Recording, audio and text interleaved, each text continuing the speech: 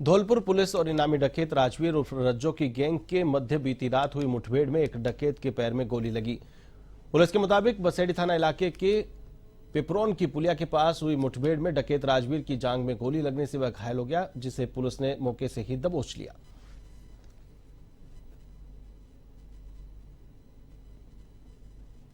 जिला धौलपुर के अपराधियों की धरपकड़ के लिए एवं जिला धौलपुर में बदमाशी करने वाले अपराधियों की धरपकड़ के लिए श्रीमान पुलिस अधीक्षक महोदय, श्रीमान महानिरीक्षक पुलिस महोदय एवं पुलिस मुख्यालय द्वारा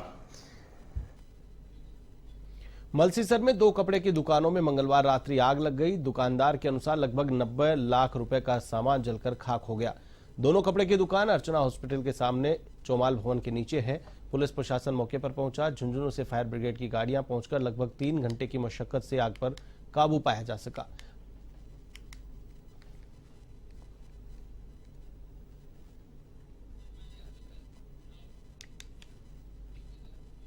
अलवर शहर के रजवट मैदान की झाड़ियों में बुधवार को अचानक आग लग गई। देखते ही देखते आग आसपास के पूरे क्षेत्र में फैल गई।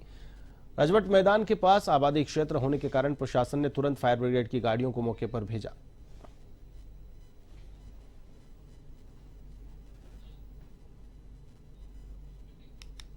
सारोला कस्बे के एक गाड़िया लोहार की टापरी में आग लग गई। ऐसे में शादी की खुशियां मातम में बदल गई।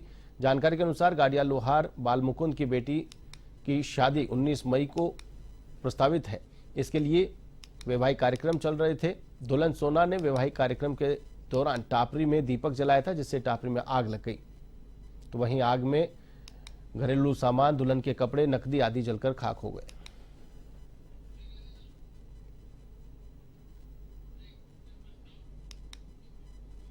एसीबी मुख्यालय के निर्देश पर स्पेशल यूनिट अजमेर इकाई ने बुधवार को अराई उपखंड क्षेत्र के गागुंदा पटवार मंडल के पटवारी सरदार सिंह को 2000 रुपए की रिश्वत लेते रंगे हाथों गिरफ्तार किया। रिश्वत की राशि राजस्व रिकॉर्ड में नाम शुद्धिकरण के एवज में ली गई थी।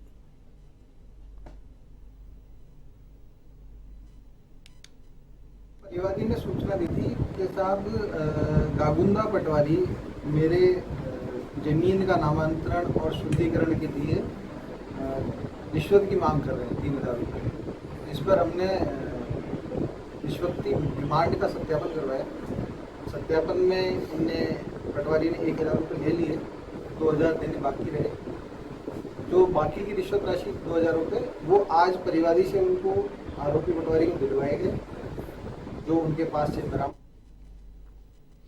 छबड़ा सालपुरा मार्ग पर बड़ा हादसा हुआ, जिसमें सवारियों से भरे ऑटो और कार में जबरदस्त टक्कर हो गई। ऑटो में सवार 2 लोगों की मौके पर ही मौत हो गई, जबकि 5 लोग अन्य घायल हो गए। मरने वालों में ऑटो सवार रिचड़ा निवासी रमेश सुमन रामकरण शामिल हैं।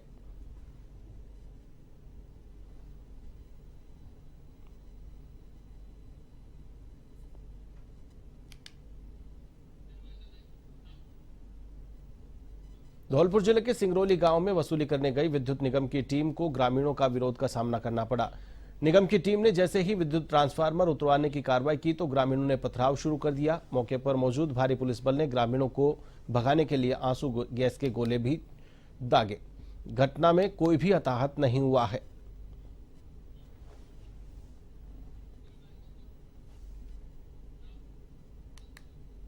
खैरथल तिजारा जिला के कोटकासिम थाना क्षेत्र के मतलवास गांव में गत वर्ष 28 नवंबर को हरियाणा से आई एक बारात में फायरिंग कर एक व्यक्ति की हत्या के 2 आरोपियों को कोटकासिम पुलिस ने मंगलवार को गिरफ्तार कर लिया। घटना के बाद से ही ये दोनों आरोपी फरार चल रहे थे।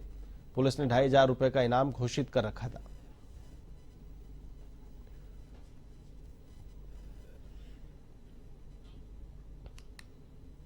जालोर पुलिस थाने से महज 100 मीटर की दूरी पर बदमाश ने दुकानदार पर धारदार हथियार से हमला किया। बदमाश ऑटो में सवार होकर आया, हाथ में धारदार हथियार लहराते हुए दुकान में प्रवेश किया और दुकानदार पर जानलेवा हमला कर दिया। बीच बचाव करने आए अन्य लोगों के भी खरोंचे आई है।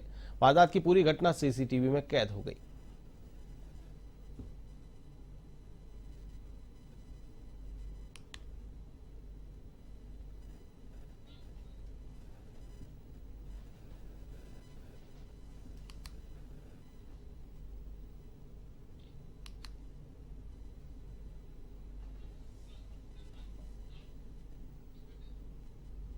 चूरू जिले के रतननगर में चूरू रोड पर स्थित गोगामेड़ी के पीछे की जमीन को लेकर दो समुदाय के लोगों के बीच विवाद हो गया, जिसके बाद आसपास के लोग बड़ी संख्या में एकत्रित हो गए। वहीं बढ़ते विवाद की सूचना के बाद पुलिस जाब्ता मौके पर पहुंचा और उपखंड अधिकारी विजेंद्र सिंह ने दोनों समुदाय के लोगों से बातचीत कर मामले की जानकारी ली।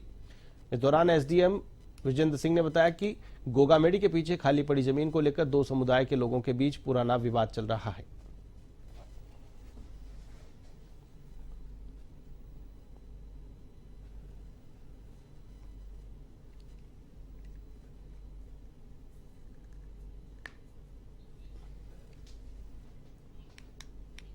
राजसमंद जिले की छापली पंचायत के खीमाखेड़ा गांव के होमगार्ड के जवान मनोहर सिंह का राजकीय सम्मान के साथ अंतिम संस्कार किया गया।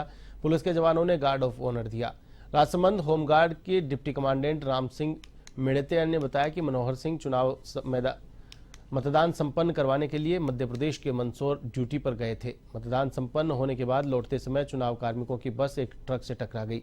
इस हादसे में मनोहर सिंह का निधन हो गया। उनका शव पैतृक गांव छापली पहुंचा, जहां राजकीय सम्मान के साथ अंतिम संस्कार किया गया।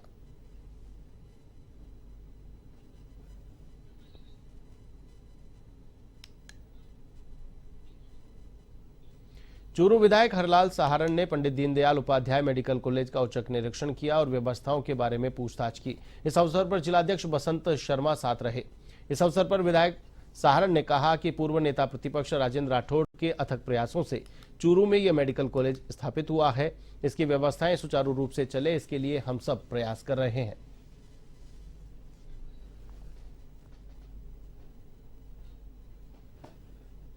भरतपुर में महिला अधिकारिता विभाग की ओर से जिला मुख्यालय पर जनाना अस्पताल परिसर में संचालित वन स्टॉप सेंटर सखी का बुधवार को एडीएम सिटी श्वेता यादव ने निरीक्षण किया। केंद्र पर पंजीकृत प्रकरणों की काउंसलिंग की, प्रक्रिया में महिलाओं की सुरक्षा के लिए किए जा रहे नवाचार, घरेलू हिंसा के प्रकरणों की प्रगति और केंद्र की ओर से दी जा रही सुविधाओं आदि के बारे में जानकारी दी।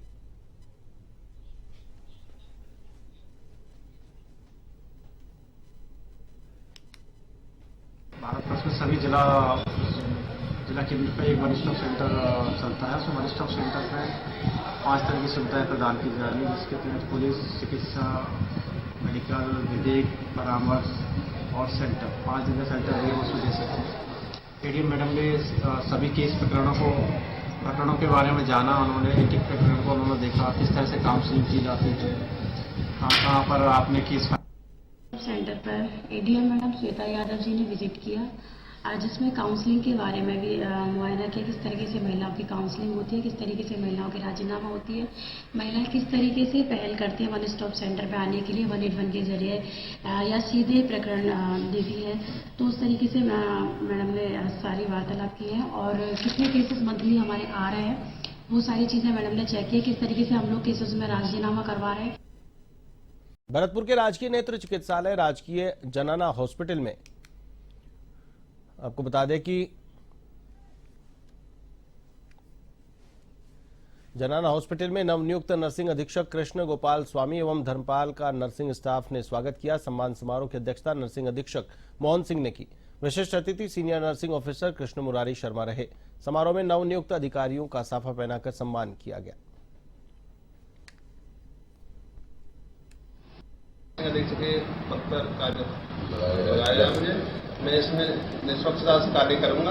मैं चाहूंगा मरीजों की देखभाल ढंग से करें सभी भाई बहन, ये मेरा मतलब सबसे आग्रह है। मुझे अभी नर्सिंग अधीक्षक के पद पर लगाया गया है और मैं यहाँ आया हूँ, मुझे बहुत अच्छा लग रहा है, बहुत खुशी हो रही है। हमारा जो स्टाफ है, नर्सिंग भाई बहन मेरे बहुत ही अच्छे हैं और जैसा कि हम सुनते थे वहाँ पर वैसे मत जाना, लेकिन यहाँ के मुझे महसूस हुआ रियली, मैं हृदय से बात कर रहा हूँ, मुझे बहुत अच्छा लगा, बहुत खुशी हुई और जितना भी मेरा इनके प्रति मेरा स्वागतपूर्ण व्यवहार रहेगा और मेरा इनके प्रति जो दृष्टिकोण रहेगा बहुत सकारात्मक रहेगा। नर्सिंग अधीक्षक जनाना अस्पताल, क्योंकि मेरा रिटायरमेंट 30 जून को है, इसलिए पीएमसी केंद्रीय विद्यालय चूरू में केंद्रीय विद्यालय संगठन क्षेत्रीय कार्यालय जयपुर के उपायुक्त बीएल मोरोडिया ने कक्षा 10वीं तथा 12वीं में 90% से अधिक अंक प्राप्त करने वाले विद्यार्थियों को प्रतीक चिन्ह प्रदान कर सम्मानित किया। प्राचार्य कृष्ण सिंह चौहान ने बताया कि 10वीं व 12वीं में 18 विद्यार्थियों ने 90% से अधिक अंक अर्जित किए हैं।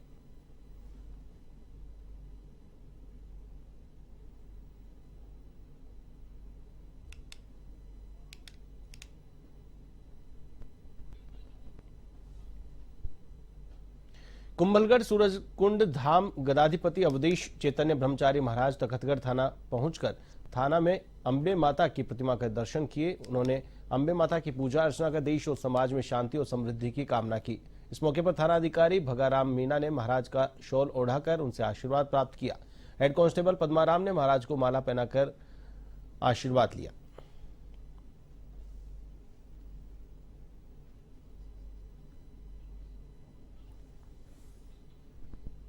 चूरू में चल रही श्रीमद् भागवत कथा में व्यासपीठ से संत श्री सदानंद महाराज ने माता अनुसुईया के चरित्र का विस्तृत वर्णन किया और कहा कि संतान पर मां का विशेष प्रभाव पड़ता है। महाराज ने सुखदेव, ध्रुव, प्रहलाद, मीरा, सबरी और राम जन्म की कथा का वर्णन किया तथा गौ संवर्धन पर विशेष चर्चा की।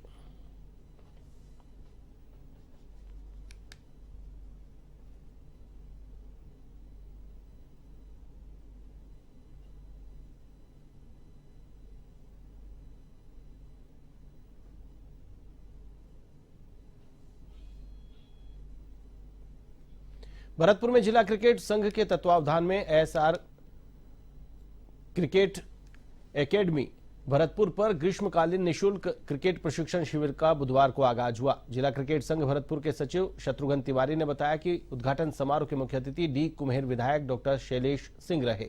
विशेष अतिथि के रूप में एसबीआई बैंक के रीजनल हेड राकेश चौहान, जिला अग्रवाल महासभा के अध्यक्ष अतुल मित्तल, भाजपा नेता युवा उद्योगपति त्रिलोकनाथ शर्मा आदि मौजूद थे।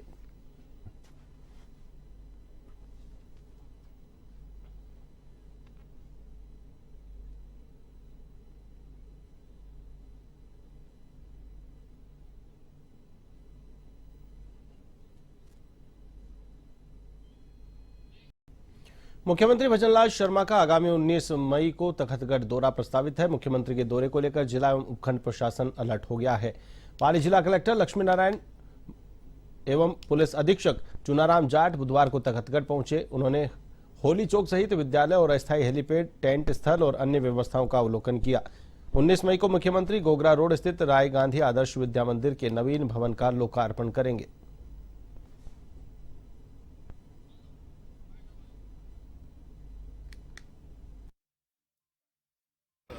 में राय गांधी परिवार की तरफ से विद्या भारती की संस्था द्वारा संचालित आदर्श स्कूल का उद्घाटन होने जा रहा है। तखतगढ़ से भी शिष्टमंडल आज ही मुख्यमंत्री जी को निमंत्रण देने के लिए गया था और उनका प्रोटोकॉल के हिसाब से उनका प्रोग्राम भी तय हो गया है। उसी के निमित्त अभी कलेक्टर साहब, एसपी साहब, एसडीएम साहब और सभी प्रशासनिक अधिकारी, पीडब्ल्यूडी के अधिकारी, उन्होंने इस जगह का अवलोकन किया। पीछे जो पंडाल जहाँ सभा स्थल होनी है उसका अवलोकन किया।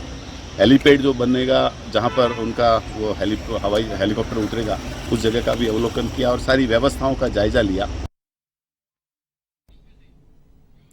कटखंडी गौशाला छबड़ा की भूमि को अतिक्रमण मुक्त कराने को लेकर श्री गोपाल गोरक्षण एवं संवर्धन समिति छबड़ा और अन्य नागरिकों ने जिला कलेक्टर 12 और पुलिस अधीक्षक को ज्ञापन सौंपा। वहीं गौशाला कब्जा मुक्त नहीं होने पर छबड़ा बंद की चेतावनी दी।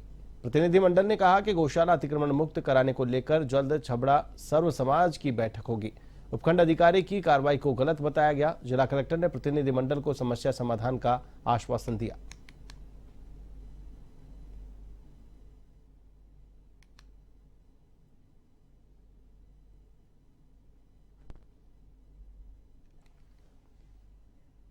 सुजानगढ़ में सीबीएसई ट्रेनिंग प्रोग्राम के अंतर्गत हैप्पी क्लासरूम एक दिवसीय ट्रेनिंग प्रोग्राम का आयोजन बाल भारती इंटरनेशनल स्कूल में आयोजित किया गया। कार्यक्रम में सीओई सीबीएसई बिट्स पिलानी के प्रतिनिधि नरेंद्र कुमार और राजीव माहेश्वरी ने हैप्पी क्लासरूम के बारे में जानकारी देते हुए कहा कि बच्चों को कैसे खुश रखकर पढ़ाएं। साथ ही उन्होंने नई एजुकेशन पॉलिसी की जानकारी दी। कार्यक्रम में अलग अलग जिलों से आए 62 शिक्षकों ने भाग लिया। इसके बाद कक्षा को किस तरह से हैप्पी बनाया जाए इस विषय पर संगोष्ठी और कार्यशाला का आयोजन किया गया। तो 2030 हमारा विजन है जिस पे हम काम कर रहे हैं, वो है वेलबीइंग का।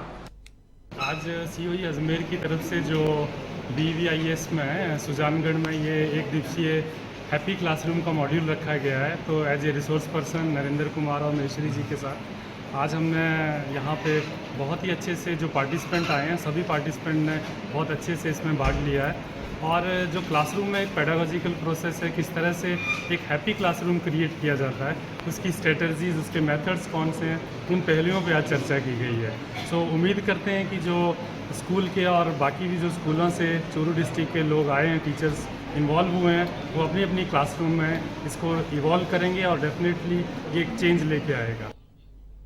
निवाई उपखंड में सकल ब्राह्मण समाज ने राधा दामोदर मंदिर से भव्य शोभा यात्रा निकाली।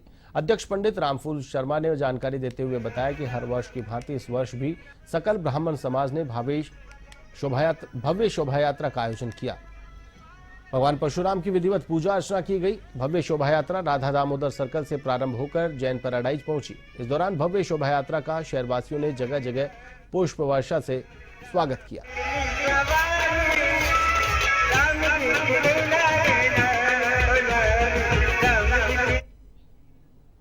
भरतपुर में हर वर्ष की भांति इस वर्ष भी मां बगलामुखी का 32वां वार्षिकोत्सव धूमधाम से मनाया जा रहा है। इस मौके पर पीताम्बरा शक्तिपीठ के महंत मोहनदास महाराज के सानिध्य में मैया की अनोखी अलबेली छठा मोहिनी रूप में भव्य व दिव्य शोभा यात्रा निकाली गई, जो पीताम्बरा शक्तिपीठ किला भरतपुर से मुख्य बाजार से गुजरी। शोभा यात्रा को मुख्य अतिथि गृह राज्य मंत्री जवाहर सिंह बेढ़म ने हरी झंडी दिखाकर रवाना किया। शोभा यात्रा पर व्यापारियों ने पुष्प वर्षा कर स्वागत किया। नानक नाम चढ़ती कला तेरे पानी सरबत। भरतपुर का ये ऐतिहासिक स्थल है, जो भरतपुर की जब स्थापना हुई उसी समय का ये किला बनकर के तैयार हुआ। उसमें मां बगलामुखी का ये जो भव्य मंदिर, इसकी जो समिति है, मां बगलामुखी की जो सेवा समिति है, वो प्रतिवर्ष एक भव्य शोभा यात्रा निकालकर लोगों में धार्मिक चेतना लाने का प्रयास करती है। मैं आज 32 में इस वार्षिक उत्सव की ढेर सारी शुभकामनाएं भी देना चाहूँगा और यहाँ की समिति का आभार व्यक्त करना चाहूँगा कि ऐसे पुनीत कार्य में मेरे जैसे व्यक्ति को बुलाकर उन्होंने धन्य भी किया और मां बगलामुखी के दर्शन करने का मुझे सौभाग्य प्राप्त हुआ। चूरू के राजलदेसर में एक खेत में भीषण आग लगने के बाद लाखों का सामान जलकर खाक हो गया। जानकारी के अनुसार भावंदेसर रोड पर वार्ड नंबर 26 निवासी गोपाल पुत्र सोहनराम मेघवाल अपने खेत पर खेती करता था। पीड़ित ने खेत में 4 झोपड़े बना रखे थे और अधिकतर समय वहां रहता था।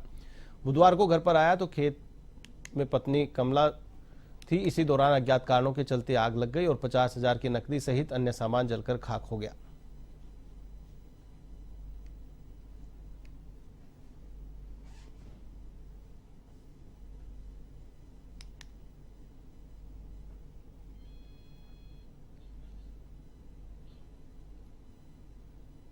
राजधानी जयपुर के हरमड़ा पुलिस ने ट्रक चोरी की वारदात का खुलासा कर 4 आरोपियों को गिरफ्तार किया है। आरोपियों के कब्जे से पुलिस ने चोरी हुआ ट्रक और वारदात में काम ली गई कार बरामद कर ली है। डीसीपी वेस्ट अमित बुडानिया ने बताया कि आरोपी योजना बनाकर पिछले कई दिनों से ट्रक की रेकी कर रहे थे। फाइनेंस होने के कारण परिवादी ने ट्रक को घर के आसपास छिपाकर खड़ा कर रखा था। पकड़े गए आरोपियों में शामिल सचिन कर्णिविहार पुलिस थाने का वांछित आरोपी भी है।